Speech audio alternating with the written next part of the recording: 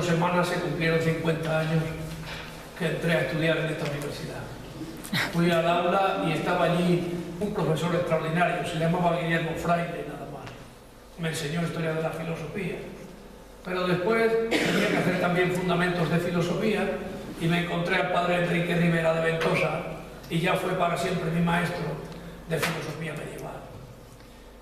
Luego tuve que estudiar metafísica, de la que digo que soy un aficionado, y el profesor Mariano Álvarez, recientemente fallecido, y recién llegado de Alemania, me dio ontología y filosofía de la historia. Así que lo poco que sé de metafísica lo aprendí por aquí en estas aulas, y ahora voy a tratar de salir adelante con el tema que Juana me ha encargado y del que yo no soy especialista, pero por si acaso me he traído 2 libros gordos para que los que quieran aprender algo los lean, como yo me los he repasado estos días.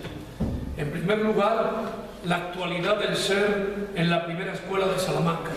Es una tesis doctoral del profesor Santiago Rego, un extraordinario investigador chileno que en la Universidad de Navarra ha llevado a cabo distintas investigaciones, ha estudiado sobre todo el ser como perfección en Santo Tomás, tiene numerosas publicaciones y ha sido mi guía para lo poco que yo voy a poder decir hoy aquí. Y luego, aunque en esta universidad hay especialistas extraordinarios, en la Escuela de Salamanca, Miguel Anso Pena, por ejemplo, o mi colega ya retirado, el profesor José Barrientos, pues yo me he permitido buscar un libro gordo, y la Escuela de Salamanca, el profesor Juan Belda, un historiador de la teología excelente, pues me ha servido de guía también. Con estos 2 libros ya pues me voy a sentir defendido, aunque lo poco que diga sea una aportación modesta. Pero la anterior intervención del profesor me ha dejado las cosas muy bien puestas. Ha dicho qué sería de la teología si no recurriera a la metafísica. Pues yo lo que voy a decir es que se equivocó Heidegger, se equivocó en tantas cosas, pero aquello del olvido del ser, por lo menos en Salamanca no tuvo lugar. La pregunta fundamental de la metafísica, dice Heidegger, ser y tiempo, cita el sofista de Platón, por cierto, es la pregunta por el sentido del ser, es la pregunta de la filosofía. ¿Se hace ahora esa pregunta? No. ¿Se ha hecho desde Sócrates, Platón? No. ¿Ha habido un olvido del ser y se ha preocupado la filosofía del ente? Pues en la Escuela de Salamanca la pregunta fundamental fue ¿qué es el ser?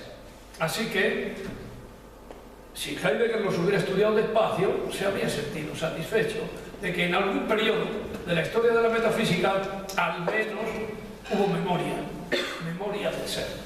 Eso creo yo que es. Por otra parte, Ventosa citaba mucho a Cornelio Fabra, un extraordinario conocedor del tomismo y tal, y tiene un artículo que citaba también Ventosa porque es del año 58 sobre el oscurantismo del ser en la Escuela de Salamanca.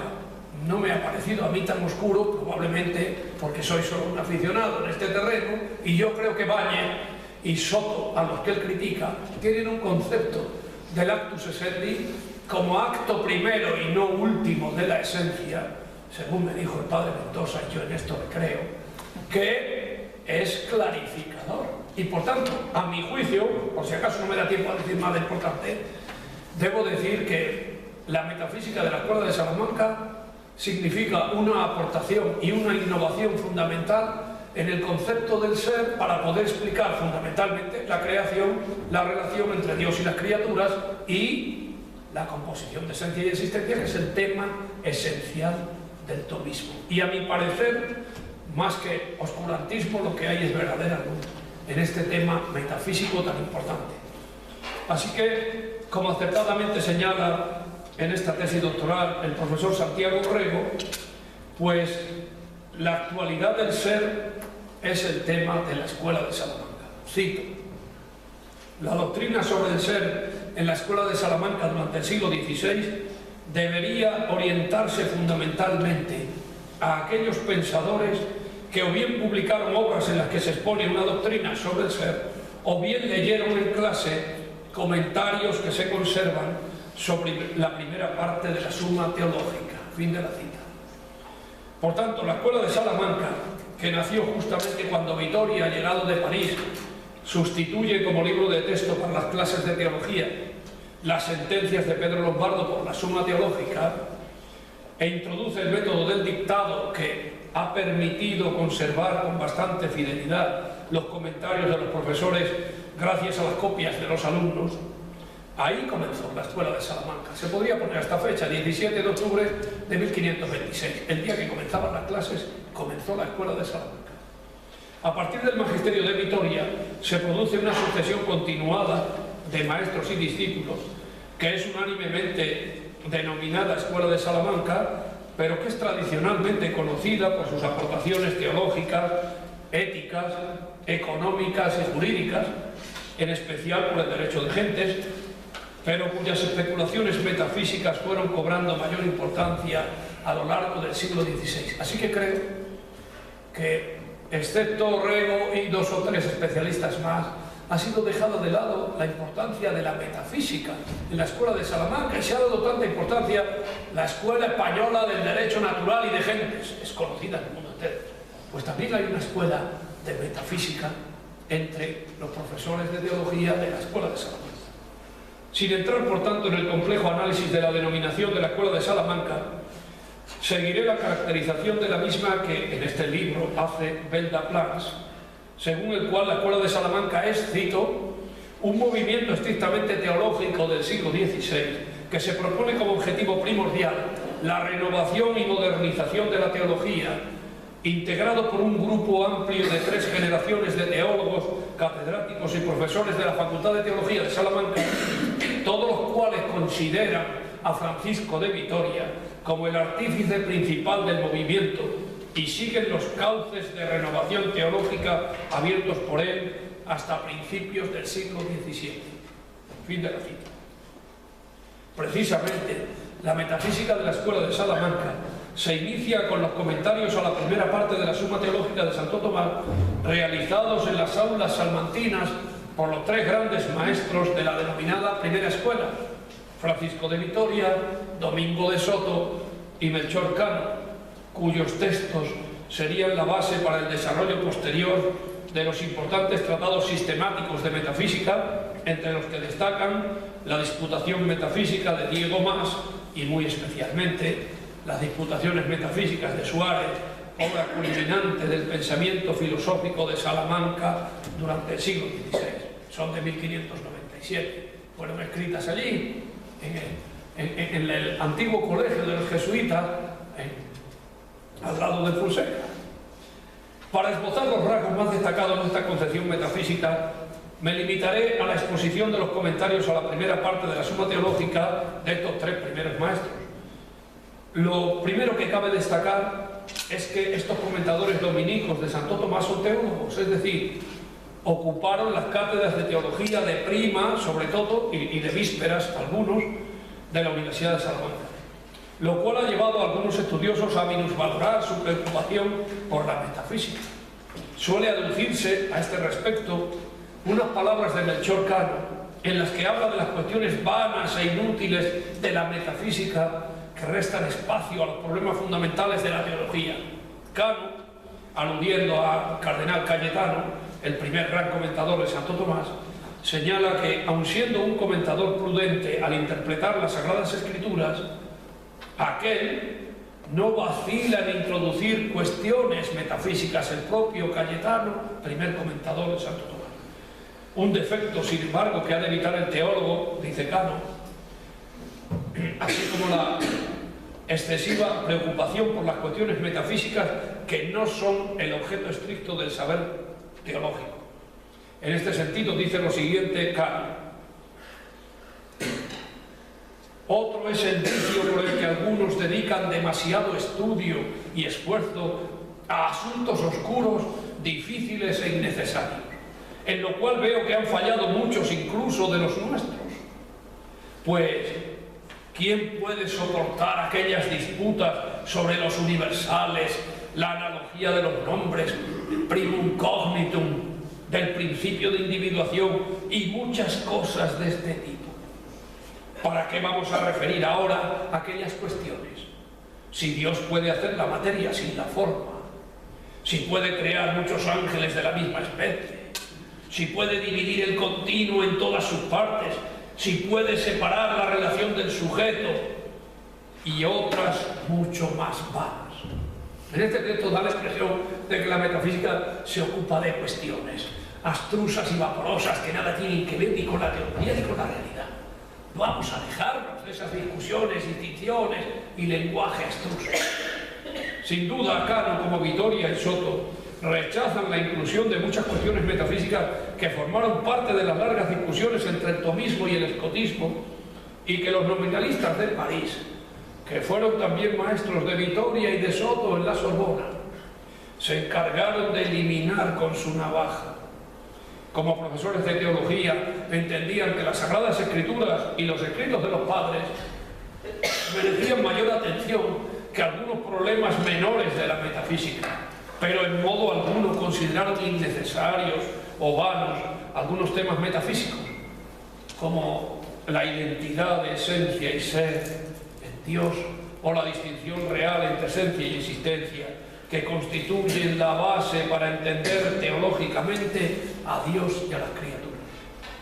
Ciertamente es un hecho que ninguno de los tres publicó obra alguna sobre metafísica, pero no es menos cierto, como ha mostrado Gallego Salvadores en su documentado estudio de las constituciones de las universidades españolas del siglo XVI, que el desarrollo de la metafísica durante este siglo XVI no puede explicarse sin la aportación de estos primeros comentaristas dominicos. Según este estudio, puede afirmarse que en la docencia de las cátedras universitarias predominó la enseñanza de la lógica hasta la mitad del siglo XVI, adquiriendo entonces mayor desarrollo la filosofía natural. Pero a pesar de estar preceptuada por las constituciones, no hay pruebas de la enseñanza de la metafísica en las aulas españolas hasta las últimas décadas del siglo XVI. Es un hecho constatado que solo entonces se publican las grandes obras metafísicas. Domingo Báñez publica sus Commentaria impriman partem divi Thomae en 1584. Diego Mas su Metaphysica Disputatio de Ente et eius Proprietatibus en 1597, justo el año en que aparecen las Metaphysica e Disputationes, aparecieron también en Salamanca de Suárez. Sin embargo, a pesar de no existir en las universidades españolas una cátedra oficial de metafísica hasta finales del siglo XVI y en Salamanca hasta 1789, la recuperación de los textos de Aristóteles y la renovación de la enseñanza de la teología propiciada por Vitoria con la lectura de Santo Tomás llevó consigo la necesidad de estudiar determinados conceptos metafísicos. Así, por ejemplo, al hilo de la lógica, los comentaristas se acercaron a la analogía del ente, y los estudiosos de la filosofía natural se vieron en la necesidad de abordar asuntos metafísicos como las definiciones de sustancia y accidente, acto y potencia, para concluir en la necesidad del primer motor inmóvil como causa final del universo. Y la misma teología, tal como se expone en la primera parte de la Suma Teológica, al tratar del ser de Dios y de los ángeles y los hombres, recurre de manera propedéutica a las nociones de ser y esencia, que son el fundamento de la distinción entre Dios y las criaturas. Por tanto, cabe pensar que la metafísica, a pesar de no ser objeto de una enseñanza arreglada y estructurada con plena autonomía, fue un saber sapiencial, como las Sagradas Escrituras o los Santos Padres, del que se nutrió la enseñanza de las demás disciplinas. Y fue ese permanente contacto con ella el que propició lentamente la elaboración de los tratados sistemáticos aparecidos solo al final del siglo XVI, que fue posible gracias a esa presencia eficaz de los conceptos metafísicos en las aulas universitarias, tanto en los estudios de artes como de teología.